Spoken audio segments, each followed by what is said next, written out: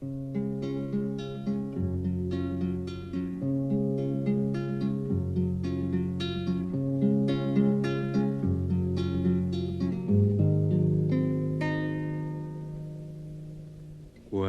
voy al trabajo, pienso en ti. ¿Qué tal? ¿Cómo están todos? Estamos dando inicio a este podcast número 6, ¿cierto? Un podcast que será muy significativo porque hablaremos ni más ni menos que de un gran personaje en la educación de Chile, un revolucionario en la educación.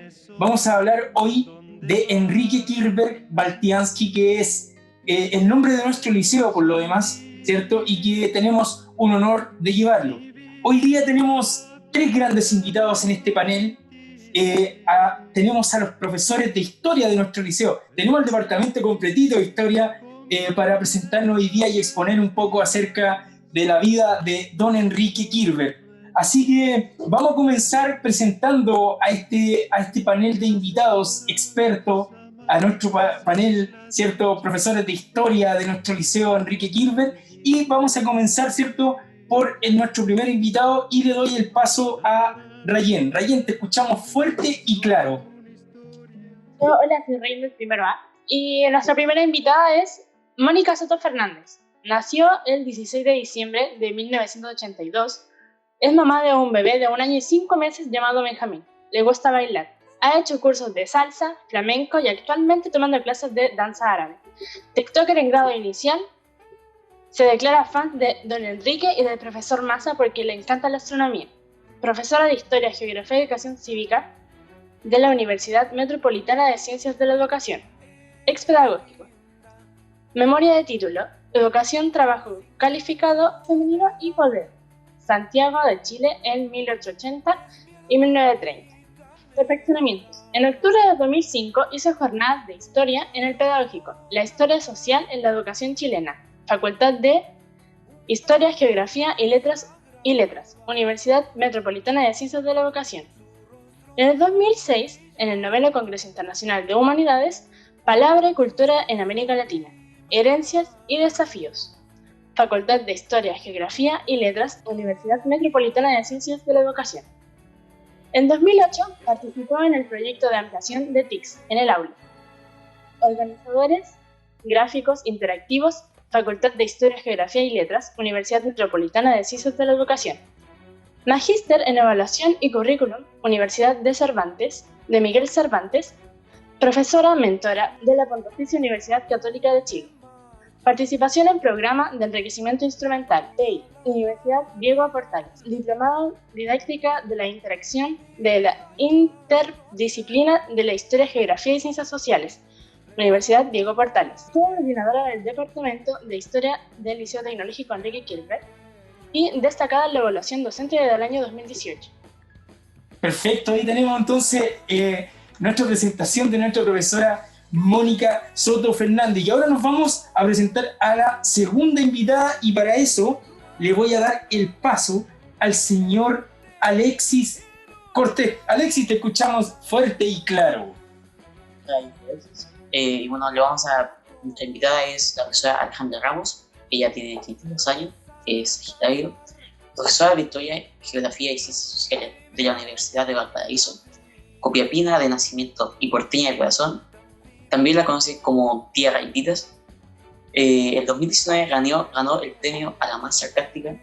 Es profesora del 7º año A y vitalicia del 1º año B. Su Instagram es Alemustia, si la quieren buscar. Diplomada en la Evolución para la Enseñanza, Aprendizaje, Universidad Alberto Hurtado en el año 2016 y diplomada en la Formación Ciudadana de la Universidad de Chile en el año 2017. Perfecto, tenemos entonces la presentación de nuestra querida profesora Alejandra Ramos y ahora nos vamos con el único hombre del Departamento de Historia, ¿cierto? Y vamos a presentarlo y le vamos a dar el paso a Noemí para que lo presente. Noemí, te escuchamos. Muy buenas tardes a todos, soy Noemí San Martín, segundo de secundaria. Profesor Carlos Orellana Dualde nació el 22 de febrero de 1987, actualmente tiene 33 años, padre de un hermoso hijo llamado Mateo, nació el 26 de diciembre del 2019. Es profesor de Historia y Geografía, licenciado en Educación en la Universidad Prodcat de Iquique. Su titulación fue en el año 2010. Su tesis en el uso de las TIC en la enseñanza del conocimiento historiográfico. Perfeccionamiento. Diplomado en Geografía para la Paz y la No Violencia en la Universidad Academia de Humanismo Cristiano. Mediación y Convivencia Escolar, Universidad de Chile. Diversidad Cultural, Universidad de Chile.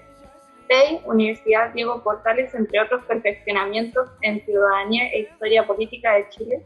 Expositor Patrimonio Cultural Archivado Histórico Nacional, Derechos Humanos Villa Grimaldi, expositor Historia de Maipú en la Ilustre Municipalidad de Maipú, hobbies, folclorista, ex integrante de los Maipucitos, representante internacional en Francia, Ucrania, Polonia, Bélgica, España, Alemania y Holanda. Representante de Chile en programa Bravo Bravísimo Italia, año 1999. Actualmente profesor jefe del cuarto año B, humanista, casado con Adela Ramírez, del 2015, enfermera, director musical folclórico del año 2009 al 2016 del conjunto municipal de la Municipalidad de Maipú. Bueno, y ahí teníamos la presentación de nuestro profesor Carlos Orellana, nuestro gran profesor Carlos Orellana, y nos vamos entonces ahora a la exposición de nuestro personaje de la vocación chilena, que es don Enrique Kirber Baltiansky. Así que, bueno, vamos a ir por parte y vamos a comenzar por la profesora Alejandra Ramos, que nos va, ¿cierto?, a exponer acerca de los primeros años de vida de Enrique Kirber Baltiansky. Alejandra, te escuchamos. Hola, buenas tardes a todos. Bueno, voy a partir con la infancia de don Enrique. Don Enrique nace el 30 de julio de 1915, nace en la ciudad de Santiago. Ambos padres, tanto su lado paterno y su lado materno, eran de familia inmigrante. Su lado paterno, don Arturo, era de ascendencia austríaca, él era argentino, era un pequeño comerciante que había llegado a Chile en esta década. Su madre, doña Rosa, era de ascendencia rusa. Como su padre fue un pequeño comerciante, don Enrique sus primeros años de infancia vivió en varias ciudades acá en Chile y en Lima y en Arequipa. Especialmente fue la quinta región. Él se sentía de corazón porteño, aunque él en este periodo vivió en la ciudad de Talca, Quillota, Quilpué, Lima y Arequipa. Su madre muere cuando él es muy joven, por lo cual esta es una gran pérdida que reconocen las fuentes que él tuvo siendo un niño de muy corta edad. En general, en esta época, don Enrique, el contexto del Chile de los años 20, él pudo ver distintas realidades. Una realidad más urbana, que es Santiago, Valparaíso y Lima, pero también una realidad mucho más rural, que eran las pequeñas ciudades como Quillota y Quilpué. Desde muy joven, en esta infancia, todo esto, lo que es esta forma de ser tan nómada, va influenciando mucho en que con el tiempo y en la adolescencia él desarrolla una militancia política, que va a ser como uno de los factores determinantes de su vida, un proyecto y un ideario. Bueno, ahora le vamos a dar el paso al profesor Carlos Orellana para que nos hable acerca de, bueno, los estudios de Enrique Kirber y el rol profesional de este gran personaje. Carlos, te escuchamos. Bueno, como dijo mi colega Alejandra, efectivamente una vez que él regresa de Perú, viendo la parte de los estudios y el rol profesional de don Enrique Kirber, cuando él regresa de Perú, vuelve a estudiar, en este caso a Chile, ingresa a una escuela ya pequeña en Valparaíso en el año 1920, ¿ya?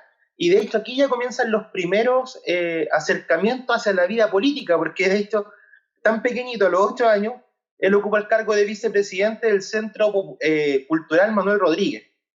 O sea, como dice, aquí ya viene un poco más el ideario político ya desde pequeñito.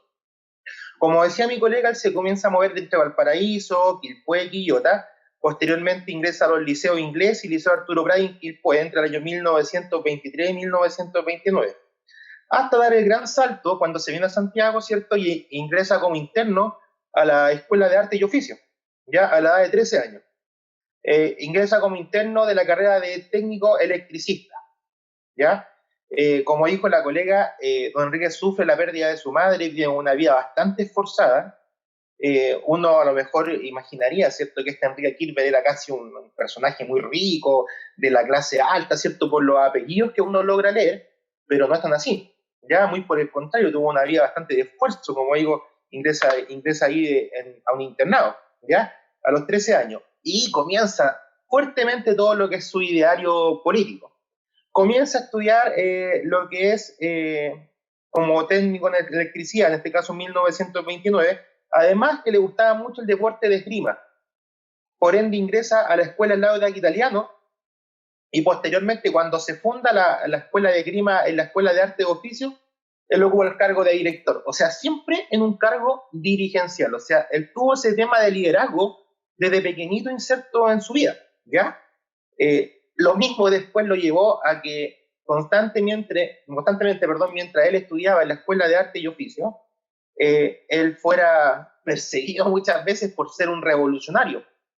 Tanto así, de hecho, que don Enrique Kirchner no logró sacar el título técnico en primera instancia, ya que durante el gobierno de Alessandri, tras participar en un movimiento estudiantil, ya que fue un movimiento como contracultural de cierta manera, a él lo expulsan de la Escuela de Arte y Oficio, ¿ya? Y ahí se marca fuertemente nuevamente lo que es su militancia con el Partido Comunista, ingresa a las Juventudes Comunistas, ingresa a algunos colectivos, sobre todo de soviets, ¿ya? Él tiene una fuerte influencia de su tío, una vez que muere su madre, tiene una fuerte influencia de su tío, que era también un ex menchevique de la Revolución Rusa, entonces tenía todo este ideario comunista de izquierda, ¿cierto?, en su día, ¿ya? Posteriormente, él ocupa ciertos cargos a raíz del partido, le ingresa a la vida laboral, ingresando, ¿cierto?, como aquí nos preguntan, ¿cierto?, por la vida estudiantil y el rol profesional. Posteriormente le ingresa a una empresa alemana para trabajar como técnico electricista, ¿ya? Y mientras trabajaba como técnico electricista, le dan como una certificación como un electricista calificado. Posteriormente, cuando ocurren las elecciones del Frente Popular, que estaba conformado por radicales, comunistas, socialistas, etc., y logran el triunfo de Pedro Aguirre Cerda, él participa activamente. Ya, de hecho, fue uno de los jefes de comando en el año 1938. Ya, posteriormente, el Partido Comunista lo manda, en este caso a la ciudad de Chillán, a formar también como secretario general un poco del partido en esa ciudad, y al regresar, él ingresa a la Escuela de Ingenieros de Chile. Estaban dos tipos de educación, estaba la educación universitaria, la técnica de cierta manera de estas escuelas de oficio, que estaba la escuela de arte y oficio, la escuela de carpintero, etcétera, y estaba la escuela de ingenieros, pero que eran ingenieros industriales, no ingenieros civiles. Los ingenieros civiles salían de la universidad versus los ingenieros industriales salían de esta escuela de ingenieros en este caso. Pero para poder ingresar, como él fue expulsado de la escuela de arte y oficio, le faltaba este título intermedio. Eleva una solicitud, le permiten dar como un examen de grado, se podría decir como haciendo un poco la similitud lo que era la época. Él logra obtener este título nuevamente técnico, ingresa a la escuela de ingeniero, en la cual finalmente se titula de ingeniero eléctrico, ¿cierto? Ingeniero industrial eléctrico, no civil. Lo cual siempre generó una rencilla con la gente de las universidades que protegían mucho esta elite universitaria versus a estos hermanos pobres que venían, ¿cierto?, de estas escuelas de un poquito más de trabajadores o de gente más humilde. Dentro de su carrera, de su rol profesional, él después vuelve a ser profesor de la Escuela de Arte y Oficio, va a ser profesor de la Escuela de Ingenieros, va a ser de hecho el profesor y primer rector de una posterior creación de una universidad que se llama la Universidad Técnica del Estado.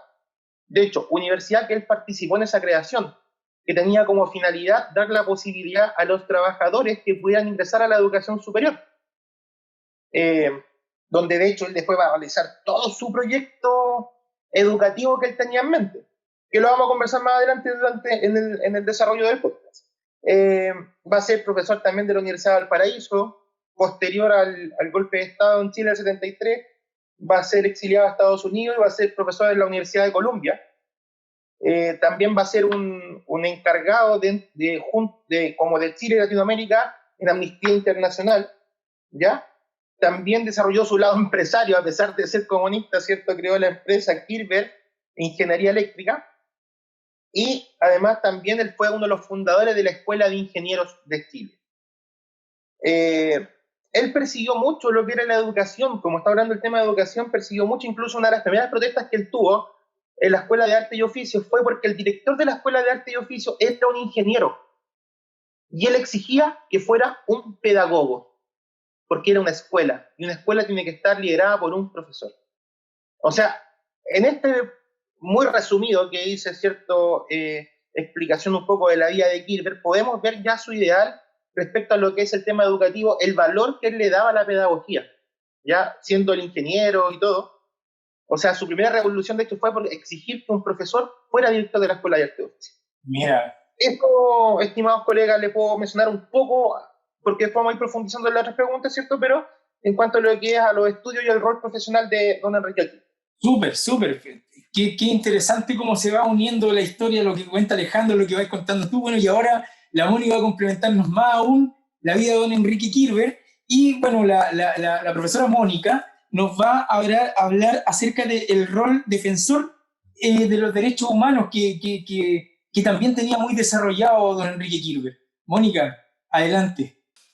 Bueno, don Enrique en realidad es un personaje sumamente fascinante, como dicen mis colegas y como mencionaste tú, Alejandro, porque tiene un lado, tiene muchas aristas dentro de su formación y dentro de su personalidad. Y una de ellas tenía que ver con la defensa de los derechos humanos. Principalmente en su militancia en el Partido Comunista y teniendo estos ideales marxistas, siempre defendiendo el rol social de las universidades, más que tal vez pelear por la violación de los derechos humanos, como todos conocemos principalmente, va más bien ligado a lo que es los derechos que tienen las personas en cuanto a insertarse dentro del mundo educacional y dentro del mundo laboral. Don Enrique Kirber, como lo mencionó el profesor Carlos, fue un luchador por la educación y un luchador por la educación pública. Él consideraba que uno de los derechos más importantes era el derecho al conocimiento, el derecho a la cultura, el derecho a las artes, no tan solo en cuanto a aprender una carrera técnica, sino que también él pensaba que tenía que ser una formación integral. Y dentro de esos derechos, de esos derechos humanos, está sumamente importante el tema en que él consideraba que las personas, los universitarios, tenían un rol social sumamente importante, ya que debían estar preparados para desempeñarse dentro de la sociedad. De hecho, voy a citar una frase que es sumamente potente, que él dice que las armas son el conocimiento, el arte y la cultura, son las armas más poderosas que tienen. Bueno, también dentro de su exilio, porque él también fue perseguido en el gobierno de Gabriel González Videla, fue exiliado, fue perseguido en el gobierno, en el golpe de Estado, en la dictadura militar, también fue exiliado. Y dentro de esos procesos que él vivió, constantemente estaba luchando por que se respetara la democracia dentro del país, dentro de la sociedad. Era un creyente ferviente en la democracia. Y dentro de su lucha también estaba luchar por los trabajadores, que los trabajadores tuviesen el derecho de poder ingresar a la universidad.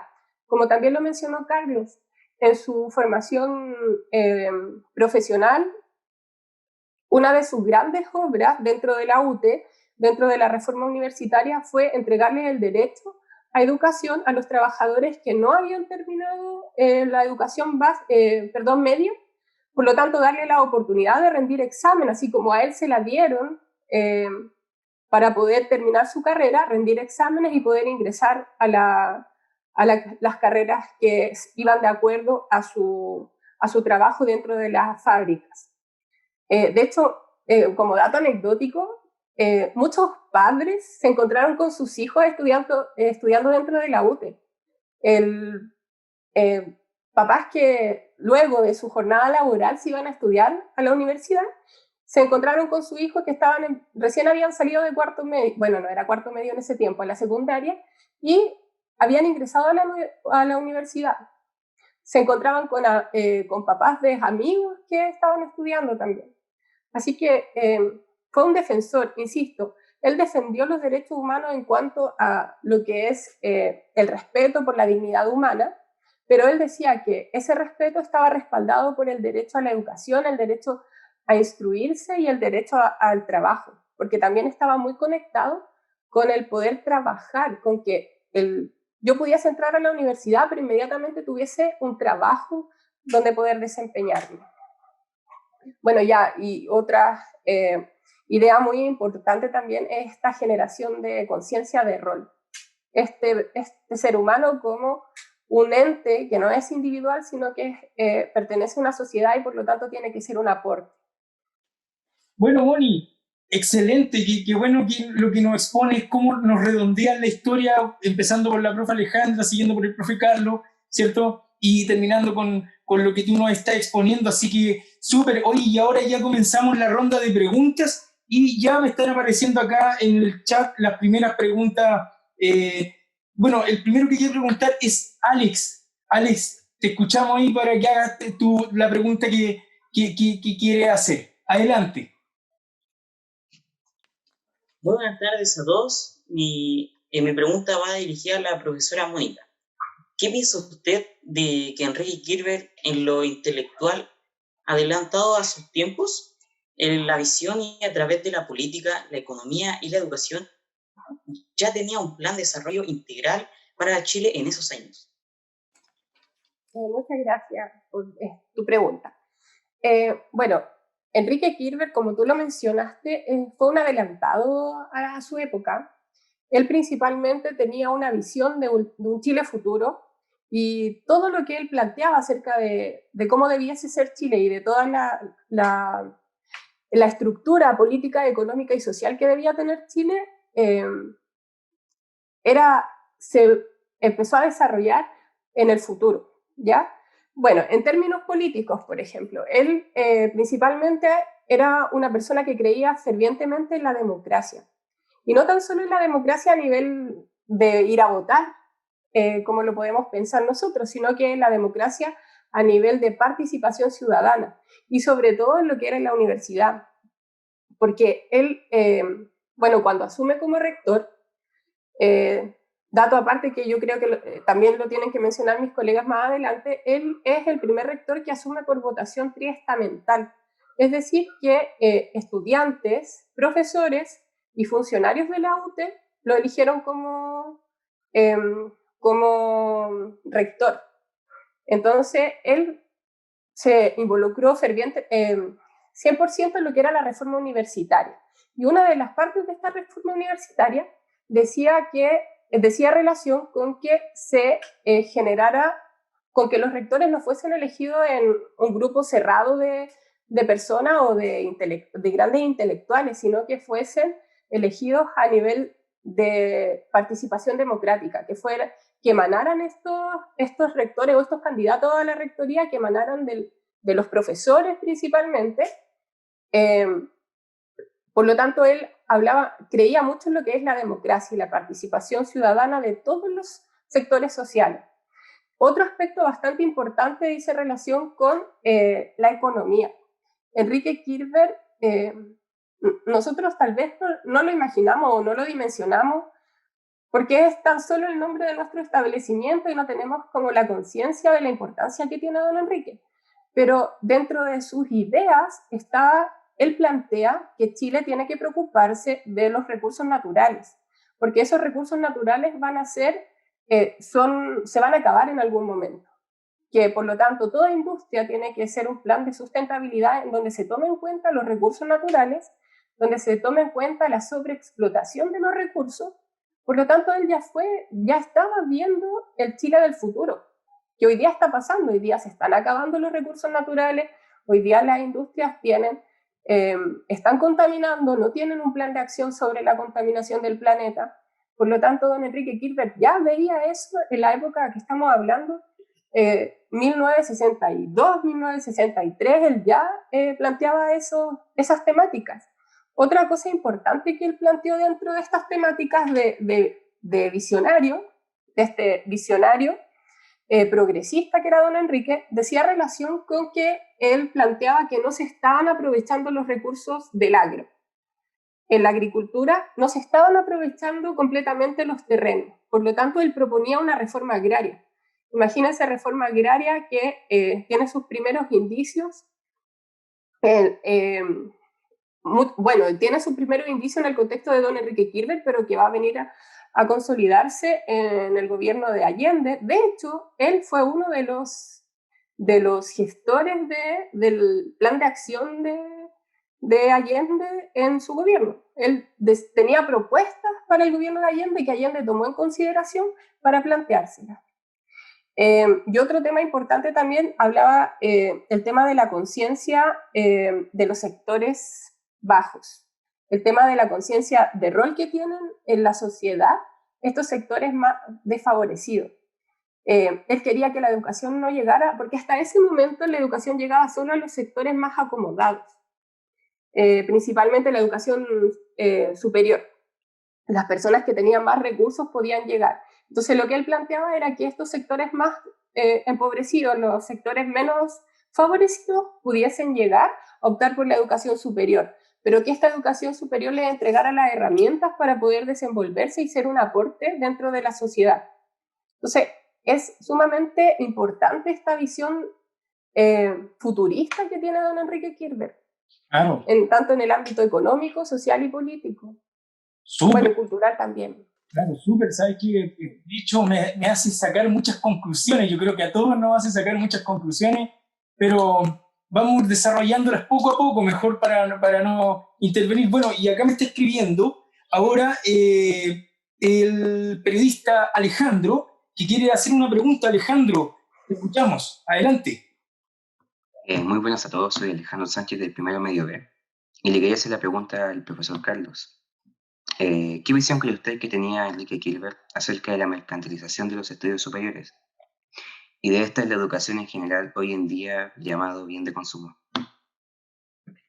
Bueno, primero que todo, tomando su ideario, ¿cierto?, que él tenía del Partido Comunista y cómo tenía una concepción de la sociedad, claramente mercantilización y educación para él no son para nada un sinónimo. De hecho, consideremos que él fue parte, ¿cierto?, de este Frente Popular, de la propaganda, ¿cierto?, y de la campaña, este Frente Popular, junto a Pedro Aguirre Cerda, donde dice que finalmente el motor de un país va a ser la educación. Gobernar es educar, decía Pedro Aguirre Cerda, y él estaba muy de acuerdo con esto. De hecho, dentro de sus creaciones, donde él tiene una obra, ¿cierto?, que se llama Los Nuevos Profesionales, él también establece todo un plan que se llama el famoso Plan Kirchner. El Plan Kirchner es que las universidades hagan cargo de crear centros de formación técnica, de cierta manera, o institutos como lo conocemos hoy en día, donde den la oportunidad a aquellas personas que no tienen el dinero, porque sabemos que desde muchos años en Chile la educación tiene mucha relación con el tema de poder acceder a través del poder adquisitivo, ¿ya? Entonces él decía, vamos a crear este Plan Kirchner, que fue lo que él creó, donde las universidades se preocupen de crear estos institutos y la gente pueda acceder a carreras de 2, 3 años, ojalá con el apoyo de las municipalidades, del gobierno, del Ministerio de Educación, etcétera, para que los trabajadores puedan acceder a esta educación, ya sin como un bien de consumo, sino que como un bien social. Porque como bien dijo la profesora Mónica, él tiene una conciencia social, como tiene toda esta conciencia social de clase, que la clase trabajadora finalmente es el motor de un país. Él entiende que la educación no es un privilegio, ¿cierto?, como mucho aparece en las consignas actuales, sino que es un derecho, ¿ya?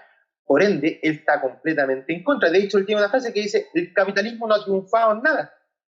¿Cómo va a haber triunfado el capitalismo si sigue existiendo inequidad, si sigue existiendo pobreza, si sigue existiendo desigualdad?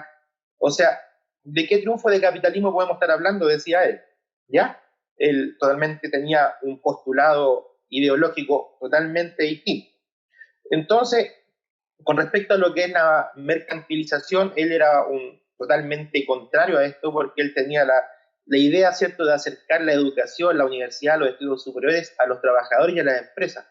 O sea, él decía, si queremos que los trabajadores entiendan lo que nosotros queremos como país, tenemos que acercar la universidad a las empresas y no que las empresas se acercan a la universidad. Tenemos que acercar la universidad a los trabajadores y no que los trabajadores se acercan a las universidades.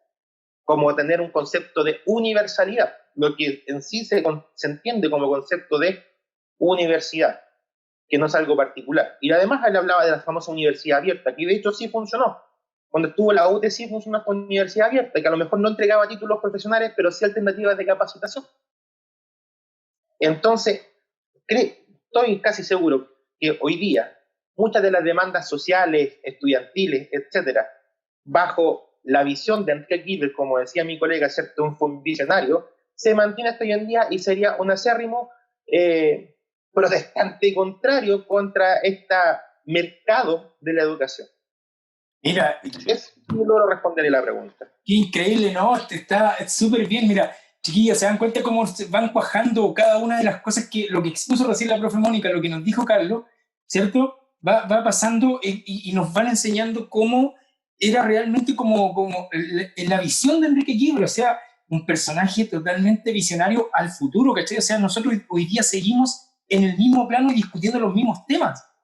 ¿Sí? O sea, Alejandro, ¿puedo complementar? ¿sí? Con un dato anecdótico, que cuando Gilbert vuelve a Chile de visita, no a quedarse, le hacen esa misma pregunta sobre qué él pensaba acerca de esta autonomía de las universidades y que las universidades se autofinanciaran.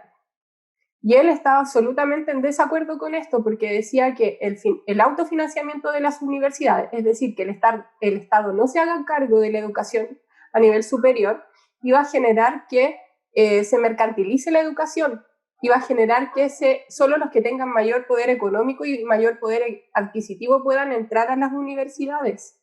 Iba a generar que los aranceles fuesen muy altos, que cuando él vuelve a un Chile totalmente distinto y ya se da cuenta que todo lo que él había propuesto, todo lo que él tenía miedo de que pasara, estaba pasando. Entonces estaba, como dice Carlos, absolutamente en desacuerdo con que la educación fuese un bien de consumo, sino que el Estado, según su visión, el Estado se debiese haber hecho cargo de esta educación, y él decía que si el Estado se hace cargo de la educación, si los contribuyentes son los que levantan y financian las universidades, los profesionales tienen el rol o el deber moral y cívico de devolver y de retribuir esto. Es por eso que en ese caso los profesionales no se irían de Chile como lo están haciendo hasta ahora, por ser mal pagados, por no tener a lo mejor dinero para invertir en extensión ni dinero para invertir en investigación, se están yendo de Chile. Claro. Entonces, lo que habla don Enrique Kirchner. Claro. De hecho, este famoso plan Kirchner fue rechazado finalmente por el Ministerio de Educación de la época, todos que consideramos que estaban entre los gobiernos de Ibáñez, Alessandri, que no estaban muy de acuerdo con estos postulados de Kirchner, pero Kirchner así todo igual lo lleva a cabo, a través de la UTE, que actualmente es los USACH, pero en ese tiempo la UTE tenía sedes en diferentes regiones del país. Entonces él fue creando como institutos pequeños de la UTE, ¿ya?, para llevar a cabo su plan Kirchner, a pesar de que no contó con el patrocinio finalmente del Estado. Como decía la Mónica, pues si finalmente el Estado no financió realmente la educación, que es lo que él decía, que no, ese de autogestión, no, porque finalmente esta autogestión va a llevar a que le cobre un arancel al estudiante, y así se genera un círculo, ¿cierto? Como son, por ejemplo, actualmente los colegios particulares subvencionados o las universidades privadas, ¿ya? Él no cree en eso, él cree que el Estado tiene que ser el garante de esta educación como un derecho, y que debe estar plasmado, de hecho, en las constituciones y todo lo demás. Claro. Oye, acá me aparece una nueva pregunta para continuar un poco con el desarrollo de la entrevista, me está escribiendo Noé. Noé, te escuchamos fuerte y claro, adelante. Me gustaría preguntarle a la profesora Alejandra qué significaba el desarrollo de la cultura a través de la educación para Enrique Gilbert, o cómo era su postulado en esta relación. Bueno, para contestar esta pregunta, lo primero que voy a hacer una conceptualización de dos definiciones de cultura. Hay una definición de cultura como adquisición de conocimiento, una cultura estática, pero a su vez hay otra definición de una cultura integral, una cultura holística, y don Enrique Gilbert, por sus postulados, está más cercana a este tipo de cultura. Para don Enrique Gilbert, la educación era un instrumento, una herramienta para desarrollar esta cultura integral. ¿Y qué era esta cultura integral ¿cómo la podemos entender nosotros? Era una cultura primero que buscaba desarrollar un ser humano en todas sus aristas, en su arista intelectual, en su arista moral, físico y espiritual, y bajo este ideal de que estos seres humanos se iban a desarrollar en plenitud, se iba a conformar y se iba a desarrollar una sociedad que estuviera constantemente en construcción y que tuviera hacia un ideal del bien común. Entonces, bajo esta lógica, la cultura, la educación cumple esta herramienta de ser este vínculo para desarrollar este tipo de cultura, una cultura trascendental, donde todas las aristas de la sociedad puedan participar y a través de todos los individuos se pueda conformar un nuevo proyecto. Hay que pensar que tiene ese ideario, el ideario de comunidad, y que él, a través de este pensamiento, este es el ideario que él va desarrollando. También bajo esta lógica, la idea de la cultura integral, don Enrique era un hombre súper integral y era un hombre que buscaba la excelencia, que creía que las cosas había que hacerlas con pasión. Y me gustaría contar una anécdota que a mí me gustó mucho, que yo no la conocía. Cuando él fue de preso político en la Isla 10, a ellos, al grupo, se les da la orden de construir un tendido eléctrico, los militares, y entre ellos mismos empieza una discusión de hacerlo bien o hacerlo mal. Entonces, en esta discusión que se da, don Enrique dice que las cosas hay que hacerlas bien, que había que hacer este tendido eléctrico bajo esta idea de cultura de que este tendido eléctrico le iba a servir a las futuras generaciones, como esta idea de crear una idea del bien común. A través de esta pequeña obra que era este tendido eléctrico, se estaba dejando presente esta idea del bien común y de que ellos como seres humanos, aunque estuvieran en esa calidad de preso político, debían hacer las cosas con cariño y con la convicción que ellos representaban. Entonces yo creo que bajo esos ejemplos se puede entender lo importante que es esta educación como herramienta para desarrollar esta cultura, pero no la cultura de pensar de adquisición de conocimiento, una cultura que esté en favor del bien común de la sociedad y que nos desarrolle como individuos. Creo que en el establecimiento, en general, se tiende a dar este espacio, pero igual considero, esta es mi opinión, que existen pequeños vicios. En general, bajo esta educación formal, la de los colegios, se da cierta importancia a ciertas asignaturas que no vamos a mencionar, pero a veces se dejan relegadas otras asignaturas. Don Enrique Quirre cuestionaría eso. Todas las asignaturas son importantes porque están formando una persona integral. Y nosotros como docentes creo que es importante que lo recordemos, especialmente en nuestro liceo, que en general el colegio, con todas sus limitaciones, igual ha desarrollado bastante diversidad para que los chicos se puedan desarrollar. Pero es importante que los estudiantes que escuchen esto se den cuenta que hay que desarrollarse en plenitud y en toda la arista que uno tenga. Perfecto, súper. De hecho, profesor Alejandro, Kirber, una vez que está a cargo de la UTE principalmente, no obliga, pero ciertamente motiva llevar la cultura a las poblaciones. Él hace como colectivos culturales, formativos, etcétera, a las poblaciones más pobres, a los campamentos más pobres, para que todos tengan el acceso a la cultura. Qué maravilloso. De hecho, ahí aparece la figura también de Víctor Jara. Sí. Justamente, ahí aparece la figura de Víctor Jara, que posteriormente va a ser un trabajador de la UTE.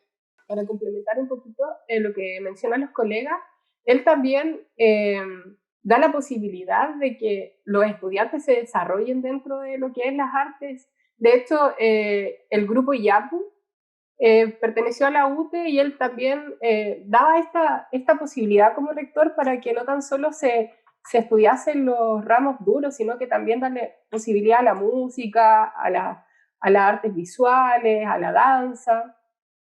Claro. Como dijo Alejandra, un ser humano integral. Bueno, ahí aparece Inti Illimani, si no me equivoco también, ¿o no? Sí, Inti Illimani. Claro. Está dentro de la época de don Enrique. Claro, como que se movían ahí con la rama de teatro, creo que es de la UTE de los tiempos. Sí, y lo que mencionaba Carlos también, iba con toda esta delegación, por llamarlo de alguna forma, que iban a las poblaciones. Entonces andaban en un auto, en un camión, no sé, y andaban recorriendo todas las poblaciones entregándole esta cultura, esta música, que como decía el profesor Carlos, ellos no tenían acceso a ese tipo de espectáculos. Y de hecho también al deporte, porque él, dentro de su anécdota, él era muy malo para el fútbol, y él decía que siempre lo colocaban al arco y después lo recriminaban porque le perdían muchos goles, ¿ya? Entonces, él decía, de hecho, por ejemplo, en la escuela de ingeniero o la escuela de arte de oficio, se centraba en el estudio formal de las asignaturas técnicas. Y ahí estaba la diferencia con lo que él creía de la universalidad. Y Claro. por eso es que de ahí surge la necesidad de crear esta famosa UTE. No aparte de darle un trato formal a esta escuela de ingenieros, etcétera, también por la necesidad de darle un desarrollo integral. Porque él sentía que era carente de esa formación y no quería que las posteriores generaciones tuvieran esta misma carencia. Claro. Oye, mira, yo tengo una pregunta para la profesora Alejandra. Bueno, preguntarle, Enrique Gilbert siempre tuvo como principal pasión y labor de educar a las esferas más pobres del país o al pueblo. ¿Qué opina de esto, profesora? ¿Y qué valor le da hoy en día a nuestra educación aquella visión de don Enrique? Yo esta pregunta la voy a dividir para que se pueda comprender mejor. Y la primera parte es que don Enrique tuvo una pasión por educar a los sectores, el pueblo más desposeído, las masas populares, como cada uno lo quiera denominar. Más que una pasión, él lo veía como un deber ser, porque era su ideario político. El rol de la educación como un rol social, especialmente a las masas, al pueblo, voy a denominarlo pueblo, para que ellos primero pudieran optar a una mejor calidad de vida, mejorar sus condiciones materiales, que era parte de su ideología, pero también que a través de que estas personas pudieran mejorar sus condiciones de vida, desarrollarse intelectualmente, la sociedad se iba a desarrollar con ellos, especialmente la mayoría de la población. Tenemos que pensar que era un Chile diferente, el Chile de los 60, pero tal vez esta es una herramienta para desarrollar el país. Por eso, como dicen los profesores, puedan desarrollarse, pero a través de este desarrollo están desarrollando el país. Hay una anécdota que cuenta su esposa, que él se quejaba constantemente que en las fábricas los técnicos eran extranjeros y no eran chilenos. Entonces él cuestionaba constantemente por qué no se perfeccionaba, que ellos pudieran trabajar en las fábricas, porque ese conocimiento estaba relegado para una mano de obra chilena. Y entonces ahí se entiende esta idea de la Universidad Técnica del Estado de que aparezca esta masa y pueda ingresar. Él cuando ingresa a esta masa, como dijo la profesora Mónica y el profe Carlos, él es elegido por los 3 estamentos, pero a él lo llamaban el rector de los estudiantes, porque ahí estaba su fortaleza, en los estudiantes. Entonces podemos dar cuenta que más que su pasión era el deber ser, de él como es una educación, el rol social de la educación que va muy acorde a su ideología. ¿Cuál es mi opinión sobre lo que está pasando hoy con nuestra educación? Esta es solamente mi opinión. Yo creo que la educación de mercado, la que hoy nos rige hoy en día, es totalmente contraria a estos principios. Creo que don Enrique sería uno de los primeros en cuestionar este tipo de educación, pero más especialmente nos haría el llamado a nosotros, a los hijos de la educación pública, nosotros como docentes y los estudiantes, a resignificar la educación pública, porque la educación pública constantemente está siendo desacreditada. ¿Y cuál es el fin de desacreditar nuestra educación pública? Pues con el tiempo desaparezca. Entonces, bajo esta lógica de este hombre integral que era don Enrique Gilbert, creo yo que él, ¿qué es lo que nos diría a nosotros sobre nuestra educación pública? Resignificarla, defenderla, pelear estos espacios de poder con otro tipo de educación.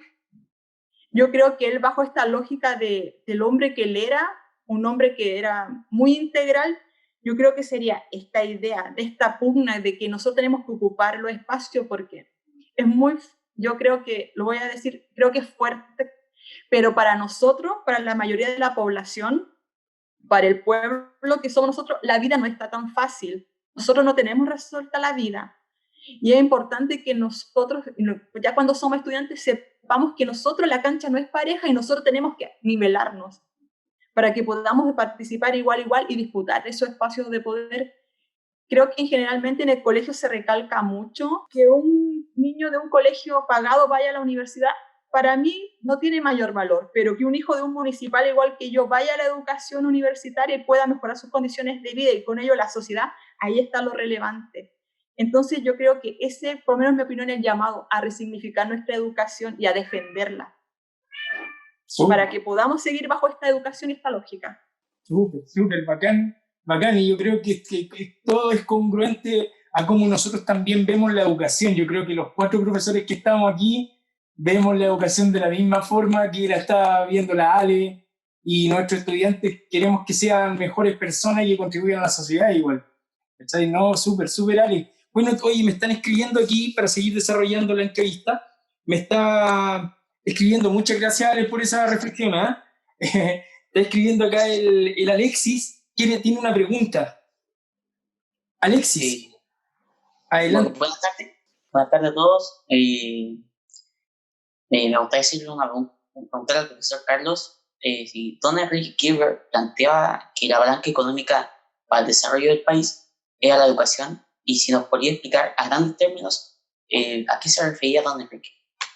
Bueno, va un poco apuntado a lo que decía recién nuestra profesora Alejandra, mi colega, que justamente, o sea, aquí la mejor forma de surgimiento social y de movilidad social es a través de la educación. O sea, la única forma que salgamos de las esferas de la pobreza, la única forma que salgamos, ¿cierto?, del núcleo y de esta segregación que se produce dentro de nuestra sociedad es a través de la educación, ¿ya? De hecho, él establece, ¿cierto?, en sus obras, ¿cierto?, de los nuevos profesionales, él dice cómo la educación superior tiene que ser democrática, tienen que existir derechos, tienen que existir las mismas posibilidades para todos, cómo debe haber igualdad, y cómo esta universidad se tiene que abrir a todo el mundo. De hecho, tanto es así que dentro de los procesos de selección universitaria, que ese tiempo estaba en la PA también, y ahora en la PTU, ¿cierto?, antiguamente en la PCU, él la elimina para el ingreso. Él no la pone como una limitancia. O sea, quien no obtenga un buen puntaje en la PA va a poder ingresar igual a la universidad, tomando en consideración las notas de enseñanza media. Si el estudiante fue un estudiante que rindió bien y todo, y probablemente no rindió en la PA, va a poder acceder igual a la educación, porque él entiende que la única forma de cambiar nuestra sociedad es a través de educando a la sociedad. Algo súper importante. Ahí es cuando se genera el propedéutico, ¿no? Ahí comienzan, o sea, son como los primeros acercamientos a los propedéuticos. De hecho, actualmente, volvemos atrás un poco a lo que es visionario. La Universidad de Chile está haciendo ingresos especiales a través de méritos académicos. La Universidad Católica lo mismo. En este caso, ¿cierto?, la USACH, que tiene hace mucho tiempo el tema de los propedéuticos, ¿cierto?, que también vienen de los PENTA-UC, ya que finalmente es como un incentivo a estos estudiantes que se esfuerzan durante su proceso educativo, sobre todo en la educación, como decía mi colega, en la educación municipal, en la educación pública. Entonces, claro, ¿cómo se hace el sinónimo palanca económica igual educación? Claramente. Nosotros, como dijo la colega, no tenemos la vida resuelta. Nosotros vamos a salir, ¿cierto?, de nuestra enseñanza media, nuestra vida, y mi papá no va a tener una empresa, ¿cierto?, que me va a dejar que yo la administre y yo voy a vivir de las rentas. No. Para yo poder subsistir, para yo poder tener, ¿cierto?, mi mejor calidad de vida, voy a tener que trabajar. ¿Y qué mejor si tengo una profesión que me dé los dividendos para yo poder trabajar y yo así pueda generar movilidad social? Si yo hoy día soy hijo de un obrero y logré llegar a la universidad y hoy día tengo una calidad de vida mejor, lo más probable es que yo le voy a poder dar una mejor calidad de vida a mis hijos, y así vamos a ir un poco creciendo en esta escalera de desigualdad que tenemos hoy en día. Entonces, educación y palanca económica totalmente de la mano. No olvidemos que durante estos gobiernos, ¿cierto?, de Aguirre Cerda, posteriormente con de Gabriel González Videla, que ahí no nos fue muy bien con el tema de esta famosa ley de defensa permanente de la democracia, etcétera. Estos gobiernos radicales también en un momento se habla del gobernar es producir, en cómo la tecnificación, lo que hablaba recién Alejandra, cómo nosotros tenemos que contratar técnicos al extranjero para que desarrollen una labor, si nosotros podríamos generar estos técnicos calificados en nuestro propio país. Entonces, en la manera que yo tecnifico el trabajo, también hago crecer la economía y también genero movilidad social. ¿Dónde está todavía la dicotomía que se produce entre esta tecnificación y el trabajo? En que uno se especializa y muchas veces no recibe la retribución económica que debiese recibir. El trabajador actualmente muchas veces, esto también un poco más a modo de reflexión personal, como decía la colega, el trabajador actualmente se perfecciona a través de sus medios para hacer mejor su trabajo, lo cual va a generar un impacto, ya sea en el trabajo en la industria, en el área que sea, pero va a seguir ganando lo mismo. Y ahí es donde se empieza a generar esta escalera, es decir, entonces, ¿para qué me perfecciono? Para que mi empleador gane más dinero, pero que yo no vea el fruto de eso. ¿Ya? Y en esa lucha de igualdad de derechos, de redignificar finalmente el trabajo de muchos, es la que quería don Enrique. O sea, tú tienes que ganar de acuerdo a tu especialización del trabajo que tú haces. De hecho, cuando él tuvo su empresa Kirby de electricidad, él comenta dentro de la entrevista de su libro que le hacen, él dice, una vez tuve que pagarle a un trabajador 1 millón de pesos, porque había producido mucho y había hecho una muy buena pega, y le tuve que pagar 1 millón de pesos. No sé cuánto dinero equivaldrá ahora ese 1 millón de pesos que le pagó al trabajador, ¿ya? Me dijo, tuve que buscar por todos lados ese dinero en efectivo para poder pagárselo. Pero a mí como empleador, decía Enrique Kirber, no me dolió. Al contrario, me alegré. Porque ese 1 millón se lo ganó. Y así como él ganó ese 1 millón, también a mí como empresa me hizo ganar más. Pero ahí hubo una retribución. ¿Dónde está la dicotomía? Cuando tú te perfeccionas y trabajas mucho y esa retribución no se da. Muchos hablan de la vocación, tanto en la pedagogía, en los trabajos, no, hay que ser, ¿cierto? Hay que tener vocación para trabajar, hay que ser proactivo, tienes que ser comprometido con la empresa, pero ¿cuándo la empresa se compromete con uno? ¿Dónde se ve el manifiesto de este compromiso? En el salario. Entonces, existe una relación directa entre esta educación, ¿ya? Y esta palanca económica. Una, porque hay que hacer progresar el país en base a esta industrialización, como dijo la profesora Mónica. Se nos están acabando el cobre, ahora viene el litio que está a manos de privados, se nos están acabando los recursos naturales. ¿Cuál va a ser ahora nuestro motor económico una vez que se acaben estos recursos naturales si no hemos desarrollado la industria? Hay muchos países que no tienen menos de la mitad de los recursos naturales que nosotros hoy día tenemos, pero que su PIB son el doble, el triple y mucho más que lo que nosotros hoy día tenemos, porque nosotros les vendemos la madera y ellos de vuelta nos mandan mesas, porque nosotros les vendemos el cobre y ellos de vuelta nos mandan computadores, micrófonos, teléfonos celulares, etc. Entonces, ¿dónde está ahí? Que aquí no está la tecnificación, ahí está el eslabón perdido, que era el famoso modelo ISI, que conocen aquí mis colegas de historia, ¿cierto? El modelo de industrialización por substitución de importaciones, que tenía diferentes etapas, llegaba a una etapa que era industrializadora y que ahí falla. Claro. Bueno, súper. Mire, de hecho, está ahora escribiendo Alex Cortés y tiene una pregunta también ahí, Carlos, que Alex, te escuchamos. Alex, al habla. Otra vez una pregunta al profesor Carlos. Y me gustaría preguntarle, si bien don Enrique Kirber militaba políticamente en los partidos comunistas, ¿cree usted, profesor, que haya influido en sus accionar como educador y más bien quizás potenciar sus convicciones? Sí, claramente. Claramente el militar del Partido Comunista para don Enrique estuvo presente en toda su vida. ¿Ya? Sabemos que actualmente el Partido Comunista a veces genera un poco de resquemor, un poco de recelo, pero hablemos del comunismo de esa época, años 60, 50, 40, que era muy distinto al actual. Ese comunismo, ¿cierto?, que se basaba en la igualdad de derechos, en la justicia social, en la lucha de clases, lo que planteaba Marx, en esta famosa lucha de clases, y cómo esta lucha de clases puede llevar a una movilidad social.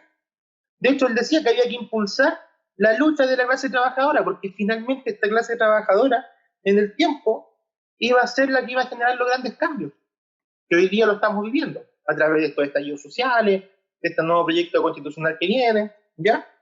Además, él también hablaba de este famoso materialismo dialéctico, o sea, de esta lucha de clase. Entonces, él influyó directamente los ideales del Partido Comunista en sí. La diferencia con Kirber es que a pesar de que él era militante del Partido Comunista, y él sí era muy ordenado, un hombre muy estructurado, no iba a obedecer una orden de la cual él no estuviera de acuerdo. Porque el Partido Comunista en sí, en sus líderes, ¿cierto?, tiene estos famosos como votos de obediencia, hacen lo que el partido determina. En este caso, si el partido a él le demandaba, ¿cierto?, un acto del cual él no estuviera de acuerdo, él no lo iba a obedecer. Él iba a primar siempre sus ideales sociales. De hecho, en una cita a uno de sus obras, él dice que abría la universidad a todos, y dice, si usted quiere llegar a los obreros, tiene que llevar la universidad a la industria. Si quiere llegar a los sectores más postergados del país, hay que llevar allá a la universidad. Habla de todo lo que es el sentido social de la educación, habla de todo lo que es el sentido social en el cual él cree. ¿Ya? Entonces, ¿cómo fue esta influencia del Partido Comunista? Bueno, aparte que tuvo a su tío que influyó directamente él, este revolucionario ruso Menshevik, es cierto, que influyó en su pensamiento, además de militar en las juventudes comunistas muy joven y posteriormente en el Partido Comunista en sí, influyó muy fuertemente en lo que es su ideario, pero más que influir, él tenía este pensamiento y este Partido Comunista lo vino a reforzar, vino a reafirmar finalmente sus convicciones. Súper, excelente. Excelente, buen dato, porque uno, claro, como que tú cachai que te hablan de Partido Comunista y siempre como que el estigma así, es como inmediato. Qué bueno, súper buena aclaración ahí, profe Carlos. Bueno, hablemos que el Partido Comunista, como digo, de aquellos años al de hoy día son partidos comunistas un poquito distintos. De hecho, a él en un momento a él lo bromean mucho porque él tenía un Mercedes-Benz. Entonces le decían, oye, ¿cómo tú sois comunista y eres del Mercedes-Benz? Y él decía, pero es que el Mercedes-Benz a mí no me lo regaló mi papá. El Mercedes-Benz yo me lo gané con mi trabajo. Y mi aspiración es que cada trabajador mío también tenga un Mercedes-Benz. Claro. Sí, o sea, claro, él entiende que finalmente, claro, se le tira esa broma de que como un comunista, es como actualmente un comunista con un iPhone. ¿Ah? Claro. Pero realmente si es adquirido en base a tu esfuerzo, a tu trabajo, etcétera, no tenía ninguna otra mala relación. Claro, como que el comunista no puede entregarse como al desarrollo tecnológico, sino que tiene que mantenerse estancado, así. Claro, tampoco es que uno haga un voto de pobreza. Claro, por supuesto. Oye, bueno... ¿Me podría acotar algo, disculpe? Sí, dale. Sobre lo que está hablando el profe Carlos es en relación como a lo mismo. Acá nosotros podemos ver el tipo de persona que él era, el hombre que él era en el ámbito moral. Él era un cuadro político, tenía una ideología política, pero yo creo que acá es muy importante el tipo de persona que era. Ese tipo de democracia y como yo lo voy a denominar así como de tolerancia. Porque como está diciendo el profe Carlos, él tuvo que lidiar con personas que tenían una ideología totalmente distinta. Cuando él fue rector en la Universidad Técnica del Estado, la biografía que yo pude acceder decía que él tuvo mucha oposición de los demócratas cristianos, pero él jamás hizo una descalificación, sino que él en el plano académico trataba de argumentar, contraargumentar. Entonces, acá nosotros podemos ver el tipo de persona que él era, una persona, yo creo que súper integral. Ese también es un valor de respetar al otro, el pensamiento del otro, aunque no sea compartido con el mío, que es como algo muy relevante. Súper, qué excelente, mira que estamos hablando desde los temas valóricos, temas económicos, políticos, o sea, hemos paseado por todo el abanico. Es que Kirber en sí, como figura, es una figura desde todo abanico. Es increíble, pero hablar de Kirber, a lo mejor, no sé, algunos técnicos eléctricos ellos lo hablan de la parte profesional, pero por ejemplo, desde el lado de nosotros, de la parte educativa, Kirber es un todo. Ya es un ente social, un ente cultural, un personaje, cierto, que es digno de admirar por su esfuerzo, de esta justicia social, un ente ideológico, económico. O sea, él se movió a un plano tan general que no lo podemos encasillar solamente en su especialidad. Y de hecho, él nunca se encasilló solo en su especialidad. Él logró esta integralidad. Y como nuestro colegio tiene el honor de recibir el nombre de don Enrique Kirber, yo creo que ahí está nuestro gran desafío. Claro. Tomar esta integralidad de este personaje, como decían los colegas al principio, y que desarrollemos todas las áreas del conocimiento, que desarrollemos todas las disciplinas, que aquí no hay una más importante que otra, todas son importantes para la vida. Y esa es la clave de don Enrique Kirber, el respeto finalmente, como decía la profe Alejandra, el respeto por el otro, pero también el respeto hacia la otra disciplina, que es algo que debiésemos fomentar a nuestra vida cotidiana. Totalmente de acuerdo. Oye, mira, hemos hablado solamente de Enrique Kirber, ¿ah? Pero yo creo que Enrique Kirber, o sea, uno siempre, ya sea un hombre o una mujer, ahora estamos hablando de la figura masculina, si estuviéramos hablando quizás de una figura femenina, sería el hombre el que la acompaña, pero a él lo acompañó su compañera de vida, ¿cierto? La señora Inés, ¿cierto? Inés, ¿cuál es el apellido de la señora Inés, profe Mónica? Erazo. Erazo, mira, ¿sí? Inés Erazo. De hecho, les tengo una tremenda sorpresa. Mira, les voy a mostrar una sorpresa, quiero que nos vayamos a esta sorpresa, ¿cierto? Y a la vuelta les explico el contexto. ¿Les parece? Mira, vamos. Es doblemente emocionante, porque mi marido es ingeniero, con mentalidad de ingeniero, pero su pasión era la educación. Tenía una verdadera vocación y no solo aquí, sino que era general esto. Ustedes saben que estuvo exiliado en Estados Unidos,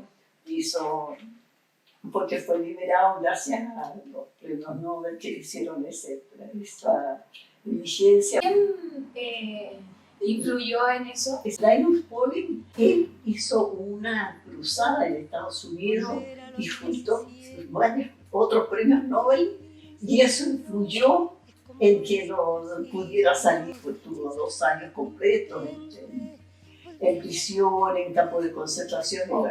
Y gracias a esto estuvo en la Universidad de Columbia enseñando historia contemporánea, que se llamaba, pero él era feliz enseñando, tenía esa facilidad de la sencillez, y eso era lo que él preconizaba siempre, la sencillez para hablar. Mientras eso pasaba, ¿usted dónde estaba? ¿Qué estaba haciendo? Cuando estaba en el exilio, bueno, mire, yo la verdad es que a mí me costó mucho salir personalmente. Yo tenía, bueno, hay cosas que me cuesta a veces explicar. Mi hijo fue torturado, entonces yo tenía un odio muy grande contra Estados Unidos. Lo tengo que confesar porque me faltaban razones para entender. Entonces me costó, entonces tuve una gran depresión. Entonces la salvé poniéndome a estudiar, volver a estudiar con muchachos jóvenes. Yo ya era una mujer madura, así que, y estuve estudiando antropología. Primero estudiar bien el inglés, la gramática avanzada, porque yo sabía un poco inglés, pero no. Y había el problema de muchos llegaron, no es el país con más exiliados chilenos, Estados Unidos, o sea, otros países más, con menos eso. Pero los pocos que habían gente que no tenía ni idea del inglés. Entonces, los que sabíamos un poco, juntamos, teníamos que enseñar. Entonces, hice un curso de TESOL, se llama Teaching English as a Second Language. Enseñar el inglés como segunda lengua, no enseñar el inglés a los que ya saben, sino que a los... Así que estuve en ese curso y me sirvió bastante para ayudar a la gente que venía de poblaciones, gente que no había tenido oportunidad de mucho estudio, pero que igual estaban exiliados y tenían que arreglárselas allá, entonces enseñarles el inglés a la familia, a los niños. Los niños no, los niños a los 15 días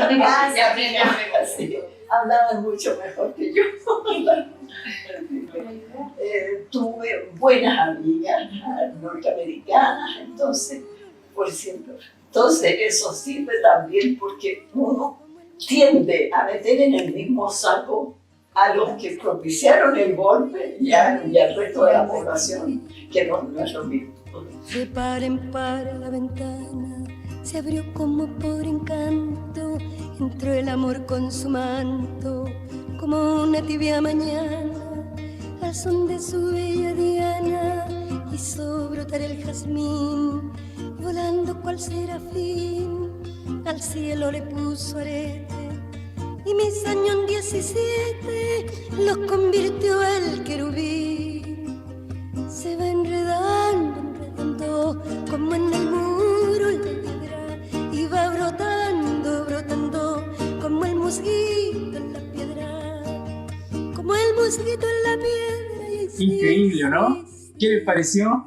Increíble, qué increíble. Mira, bueno, las profesoras que participaron en aquella entrevista, bueno, la profesora Mónica Soto, que está aquí presente, la profesora Leticia Muñoz, la profesora Mayelia Mengual, y dos profesoras que ya no están en el liceo, pero que sí estuvieron muy empoderadas con esto de nuestro sentido de pertenencia en el liceo, como fue la profesora Tatiana Oliveros y la profesora Susan Muñoz. Y aquí yo quiero, a partir de este video y este set de fotografías que acabamos de mostrar, me gustaría preguntarle, bueno, a la profesora Mónica, en términos generales, ¿qué significó estar ahí, estar entrevistando a la viuda de Kilber? ¿Qué aprendiste? ¿Qué sacaste en limpio de aquella entrevista? Moni, nos gustaría que nos comentara un poco de aquella experiencia.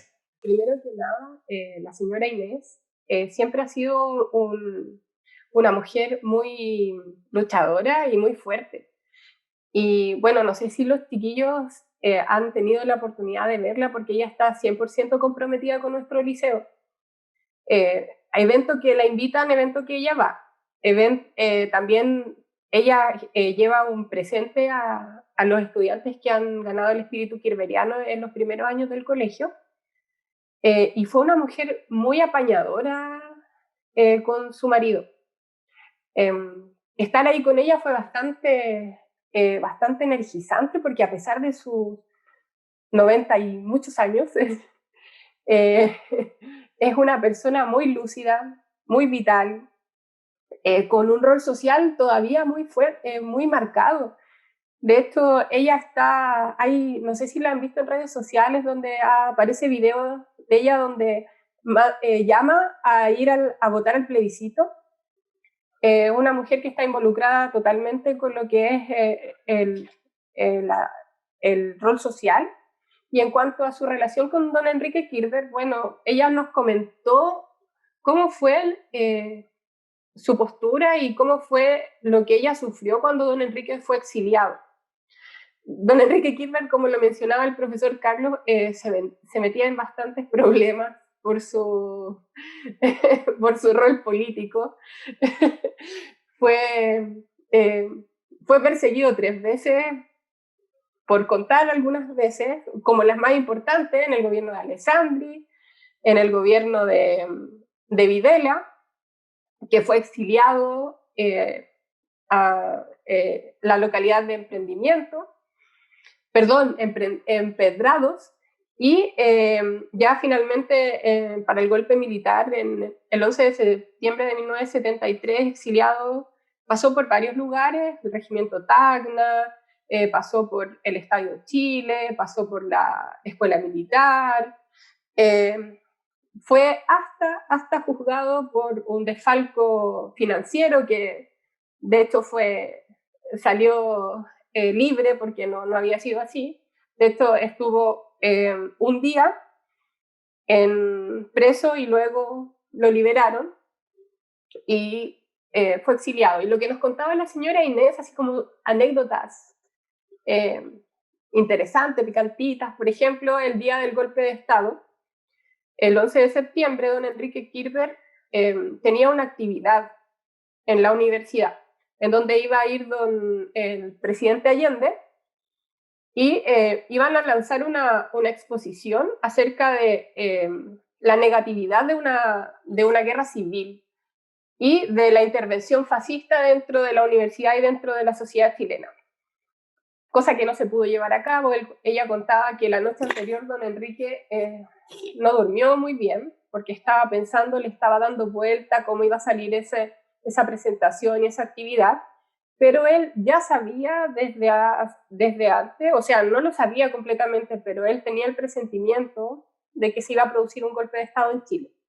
Entonces el dato que nos contó, anecdótico que nos contó ella, es que ella se quedó con don Enrique Kilber en la rectoría. Esa noche no lo dejó. Cuando se produce el golpe, llegan todos los militares y las policías y se quedan alrededor de la universidad y ningún estudiante puede salir. Nadie puede salir, nadie puede entrar de la universidad. Entonces, a él le prometieron que iba a ser, que al otro día lo iban a ir a buscar en un bus y se los iban a llevar a las casas a los estudiantes, cosa que no fue así. Ellos se tuvieron que quedar dentro durmieron, pernoctaron en la rectoría y la señora Inés se tiene que cambiar ropa, tenía un cambio de ropa, y ella se cambia la ropa y cuando allanan esta rectoría encuentran ropa interior de la señora Inés. Entonces ahí como todos empezaron a inventar la historia, que don Enrique Kirchner llevaba a las mujeres a la rectoría y se quedaba con ellas, pero la señora Inés nos comentaba que no, porque era su ropa, que como allanaron la rectoría, ella no alcanzó a salir con nada. Lo sacaron a la fuerza don Enrique, lo apuntaron, ella se despidió porque ella estaba ahí con él, se despide, la dejan que le dé un abrazo y se va don Enrique y ella no lo ve por 11 meses. No sabe si está vivo, no sabe si está muerto, no sabe en qué condiciones está. Y luego cuando ya sabe dónde está, la única posibilidad de comunicación que tenía con él era a través de cartas. Y al principio las cartas nadie sabía lo que escribían porque le daban el beneficio de la discreción, pero luego se dieron cuenta que si ponían la carta contra luz se veía lo que se escribía, por lo tanto ya todas las cartas eran revisadas y confiscadas en el caso de que tuviese algo extraño. La pasó muy mal, le pegaron, lo torturaron, nos contaba la señora Inés. Ella la pasó muy mal también, en la incertidumbre de no saber qué le pasa a su esposo, sus hijos también. Su hijo también fue torturado, de hecho lo dejaron tan mal que él quedó enfermo en el momento del exilio. Bueno, finalmente don Enrique se va, ellos se van y lo que nos contaba la señora Inés es que se van a Nueva York.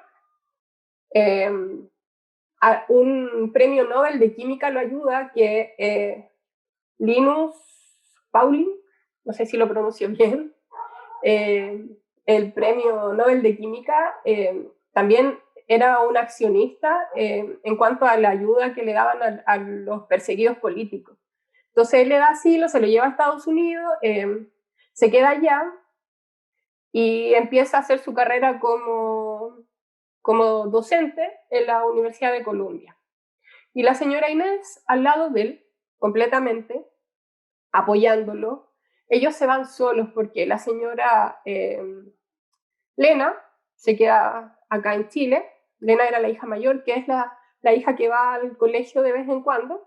Se queda con su marido acá en Chile, sus otros hijos repartidos por otras partes y ellos dos están solos. Entonces, ellos dos se convierten, y sobre todo la señora Inés se convierte en una activista. Me comentaba que iban a ayudar a los sectores más empobrecidos de Nueva York, donde había muchos latinos que no tenían acceso a la educación o les faltaban los recursos básicos como para comer, entonces ellos los ayudaban, siempre en la clandestinidad, sí, nunca mostrándose, porque obviamente don Enrique aún era no estaba perseguido porque sabían que estaba en Estados Unidos, pero no podía mostrarse mucho.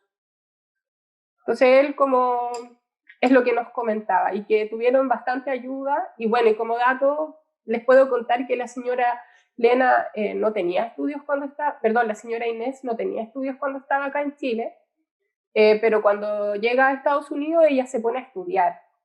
Y es una mujer muy letreada, muy intelectual. Ella nos mencionaba que don Enrique Kirchner era una persona muy intelectual, muy moralista, que siempre andaba por la verdad por delante, que como mencionaban los colegas, que él era muy trabajador y muy perseverante, o sea, los objetivos que él se ponía los cumplía, pero con trabajo, con mucho trabajo. Y bueno, para finalizar, ella nos comentó también que cuando vuelven a Chile, Yo creo que esto igual es conocido por muchos, que él cuando vuelve a Chile, bueno, la UTE ya no era la UTE, era los USACH, lo reciben, lo van a buscar en el aeropuerto, lo reciben con pancartas, con cánticos, como dijo la Alejandra, el rector de los estudiantes, a pesar de haber sido elegido por los 3 estamentos, era el rector de los estudiantes, y él siempre decía, porque los estudiantes son los que lideraban las movilizaciones y le tenían mucho, se sentía muy orgulloso de sus estudiantes. Es lo que nos mencionaba la señora Inés. Está todo tan redondito así. Bueno, me quiero solo mencionar un poco que este podcast lo estamos haciendo en un contexto de la Feria de Historia. Y bueno, y ahí me gustaría preguntar, que no sé, Moni, si nos puedes contar un poco en qué consiste lo que va a ser la feria propiamente tal. Bueno, este año, como bien saben todos, nos encontramos trabajando desde nuestros hogares, por lo tanto era imposible hacer una feria histórica como la que estábamos acostumbrados. Entonces, esta feria histórica, más que una feria en sí, en lo que se transformó fue en este podcast, y luego a través de este podcast se va a hacer un concurso que se llama Relatos de Kirber. La pregunta ya es, ¿quién es para mí Don Enrique? ¿Ya? El objetivo de esto es que ustedes, tomando en cuenta todo lo que hemos mencionado nosotros, lo que hemos conversado acerca de la vida de Don Enrique, miren dentro de ustedes y se pregunten quién es para ustedes Don Enrique Kirber, qué significa para ustedes, qué significa para nuestro liceo, ya qué significa para nuestro país o qué significa a nivel personal. Y luego escriban un relato, y ese relato no lo tienen que enviar de forma escrita, sino que se tienen que grabar leyéndolo o diciéndolo de memoria. No sé cómo ustedes mejor lo quieran. Y el relato tiene que tener como mínimo 2 minutos, o era 1, Ale, ayúdame, Carlos. Gracias. Como mínimo 1 minuto, 1, y como máximo 3 minutos, ¿ya? Pero a través de un relato, ¿verdad? Claro, a través de un relato. Ya. Es contar qué es para mí Don Enrique Kirber, ¿ya? Lo ideal es que ese relato tenga, o esa grabación tenga un apoyo visual, ya sea un papelógrafo, ya sea unas imágenes como las que yo puse aquí atrás, ya sea como los chiquillos que están ahí con su fondo de Don Enrique. Pueden utilizar el medio de grabar video que quieran, incluso hasta pueden hacer un TikTok, ¿ya? Porque el TikTok da pie para poner música, para poner fondos, para poder narrar o contar su relato, ¿ya? Es importante que ese concurso es voluntario, el que quiera puede participar, no es obligatorio. ¿Hay premios? Hay premios, hay muy buenos premios, excelentes premios. No se los voy a adelantar porque son sorpresa, pero son premios tecnológicos y que están excelentemente buenos. También comentarles que va a tener un beneficio extra para los que quieran participar, porque lo discutimos como departamento de historia y les vamos a dar un regalo, no un regalo porque va a haber trabajo detrás. Pero vamos a poner un 7 en historia a las personas que hagan el relato, y obviamente que lo hagan bien, claramente, con la seriedad que corresponde, y los premios. Y son 2 categorías, media y básica, ¿ya? Premios, primer, segundo, tercer lugar, enseñanza media, premios, primer, segundo, tercer lugar, enseñanza básica, ¿ya? Listo. Una vez que publiquemos el podcast en nuestros Classroom, van a tener 2 semanas para poder enviar sus trabajos, ¿ya? Para primero y tercero medio, los trabajos me los envían a mí. Para cuarto y segundo medio al profesor Carlos, y para séptimo y octavo a la profesora Alejandra.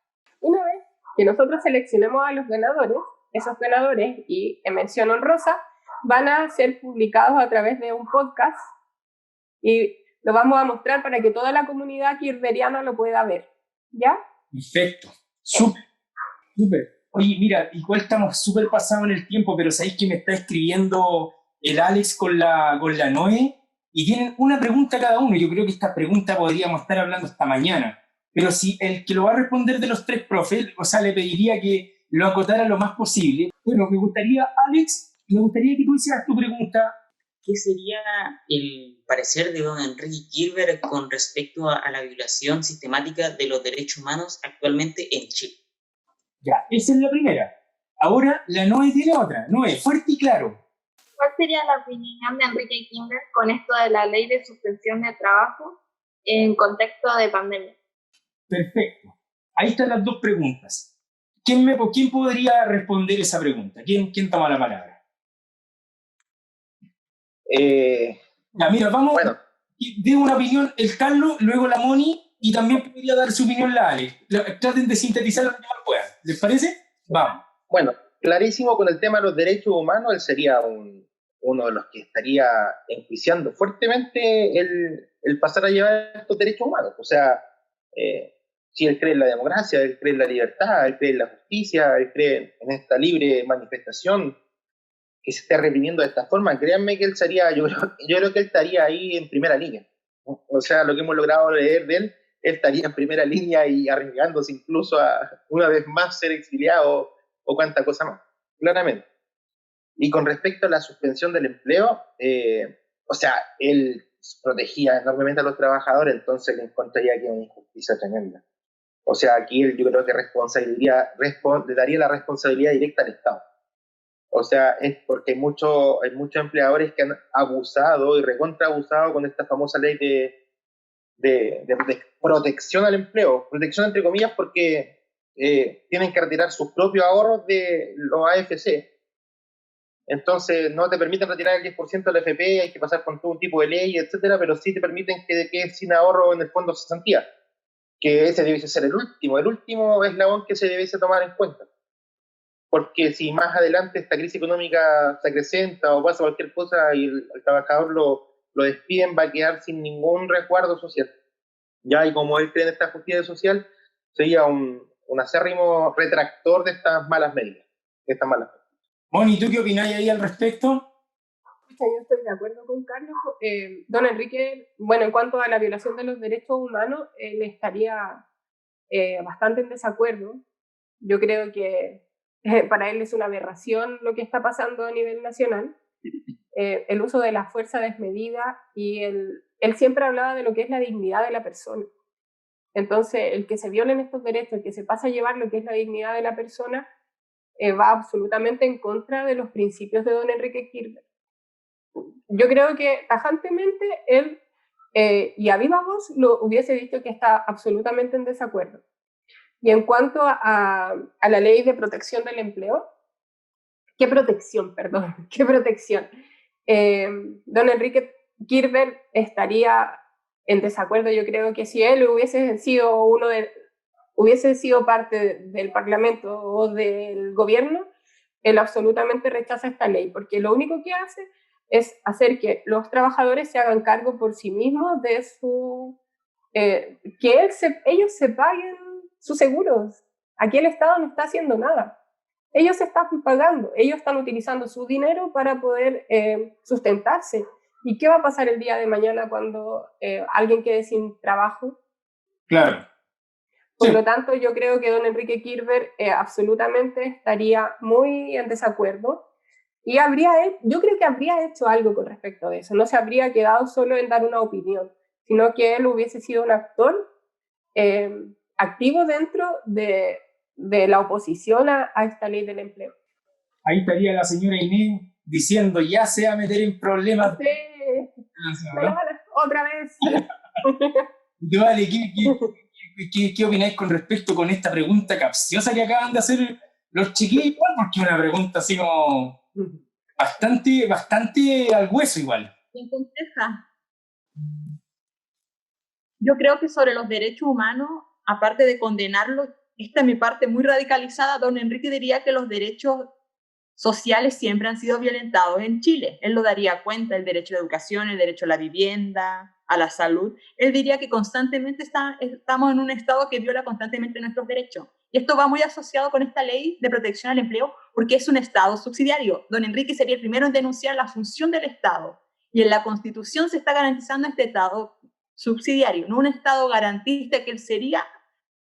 Son otros temas, pero él daría cuenta de que aquí está el problema, la visión del estado que hay. Y no hemos paseado por todos los temas, chiquillos. Sabéis que de verdad que nos han dejado clarito. Qué lindo que suceda esto, qué lindo que hayamos podido desarrollar este programa, ¿cierto? A partir de un podcast.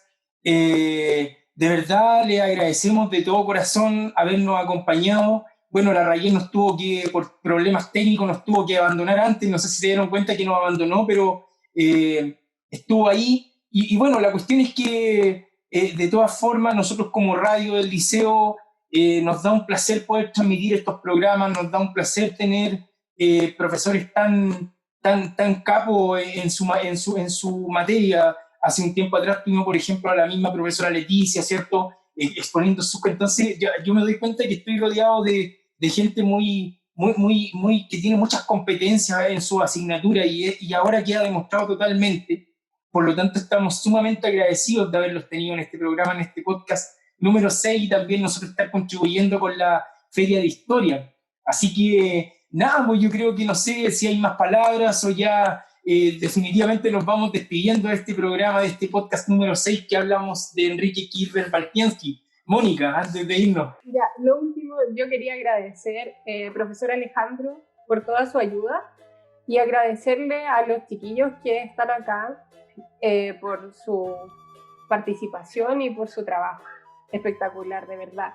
Me saco el sombrero frente a ustedes y a pesar de la hora y a pesar de todo el trabajo, están aquí apoyando. Así que muchas gracias por apoyarnos en esta feria histórica. Perfecto. Y reitero los agradecimientos, sumándome a la profesora Mónica, justamente a usted, profesor Alejandro, la verdad, por esas ganas, ¿cierto?, de querer siempre apoyar a sus colegas, se agradece mucho en todo este trabajo. También muchas gracias a los chiquillos que se la han jugado en estos momentos de pandemia, así que felicitaciones por millones.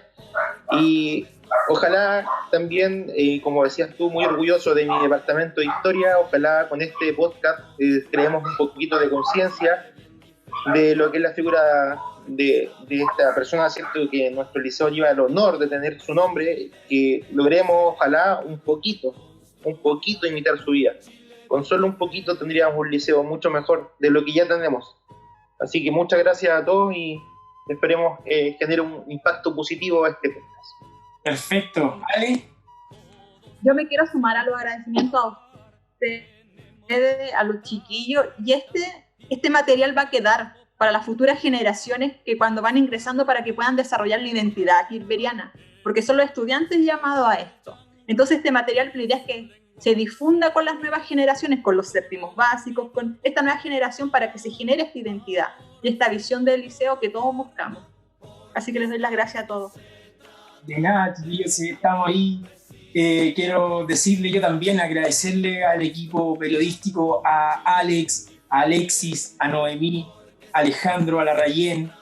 Bueno, aquí nos falta un componente que es Cristina, también Cristina Gutiérrez, que ella es la diseñadora de la radio. De repente están los programas, pero de repente la liberamos porque también diseñando ocupa harto tiempo también ella, pues entonces hoy día la liberamos, pero también es parte de esta radio. Y no, pues yo le quiero agradecer a ustedes por haber confiado en nuestra ayuda, ¿cierto? Y también agradecerle a este equipo, ¿cierto?, periodístico, que si ustedes se dan cuenta son un equipo sumamente intelectual, y eso para mí es sumamente importante porque estamos haciendo escuela, pues, y eso es lo importante. Así que nada, pues, nada más que decir, agradecer a la audiencia. Ojalá que de este podcast sucedan muchas cosas positivas, generemos impacto, como decía el profe Carlos, y de esta manera nos vamos despidiendo de este podcast número 6. Así que estén muy bien, mucha buena energía y nos vemos, chiquillos. Un abrazo para todos, colegas, un abrazo ahí, me gustaría abrazarlos de verdad, y a ustedes también, chiquillos. Así que Bacán, bacán, bacán, y nos vamos despidiendo. Chao, y nos vemos en el podcast 7 que se viene pronto, así que chao, chao, que estén bacán y nos vemos. Chao, chiquillos, chao, chao. Nos vemos, chao, nos vemos en el podcast 7, Radio LT. Chao.